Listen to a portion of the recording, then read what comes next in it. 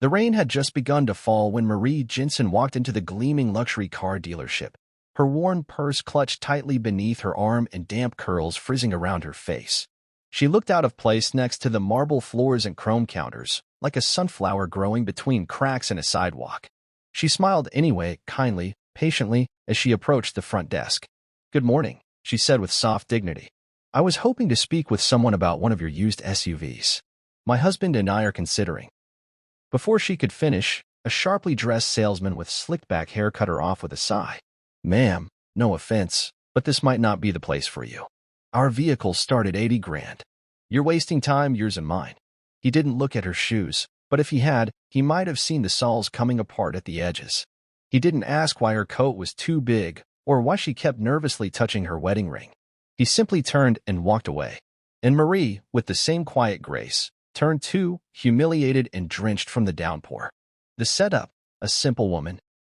Marie Jensen lived in a modest brick home at the edge of town. She spent her days volunteering at the local shelter and teaching piano to kids who couldn't afford lessons. She wasn't rich in dollars, but she was overflowing in heart. Everyone in the neighborhood knew her. She always had a kind word, a listening ear, or a warm meal ready, especially for those who had nothing. Her husband, Thomas, had once been a man of stature, a brilliant aerospace engineer turned consultant.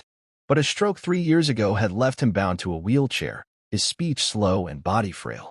Their fortune had quietly been redirected to hospital bills, home modifications, and long-term care. She never once complained. She just carried on gentle, unshakable. Turning point, a Rolls-Royce on the curb. The very next morning, the dealership's employees were just unlocking the doors when a matte black Rolls-Royce Phantom pulled up to the curb. Its engine purred like a lion. A tall man in a tailored navy suit stepped out. His posture was commanding, his shoes perfectly shined. He looked around, then stepped through the front doors with quiet authority. "I'm looking for your sales manager," he said. Within minutes, the entire staff was alert and bustling. This man, clearly someone important, had presence. When the manager arrived, the man extended a hand. "My name is Daniel Russell," he said, calmly. "Yesterday, my godmother came in here. Her name is Marie Jensen." The manager's face tightened. She came in looking for a reliable SUV. Instead, she was treated like dirt. "She didn't tell you who she was because she's not the kind of woman who throws names around. But I will." He paused, letting the silence hang heavy. "My godmother once paid my college tuition when I was about to drop out. She took care of my mother when she was dying of cancer. And I know for a fact she's the reason you're still in business, because she refers families here all the time.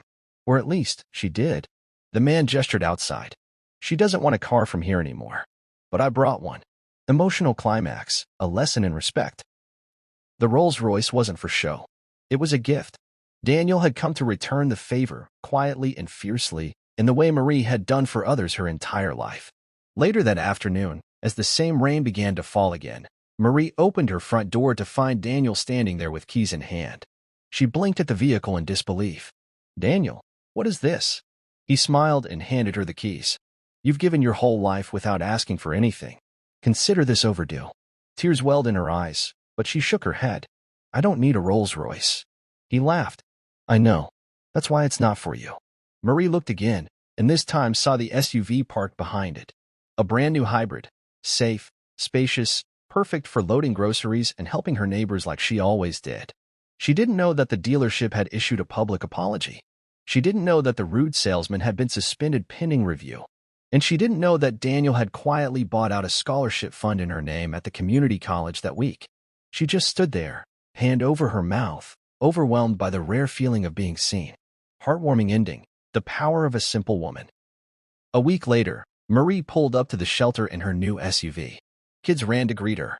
The staff clapped. Someone had put up a banner. "Thank you, Miss Marie." And inside that luxury car, on the dashboard, was a small brass plaque Daniel had made. It read, "For the woman who gave the world more than she ever took." Marie never told anyone about the dealership. She never spoke of the Rolls-Royce or the confrontation. But the people who knew her noticed something different, a light in her eyes, a peace in her step. And in a world often obsessed with power and appearances, Marie remained a quiet force of kindness. Because sometimes, the richest people wear second-hand coats. And sometimes, the simplest woman drives a miracle. In the end, respect doesn't come from what we drive, but from how we live and love every mile along the way.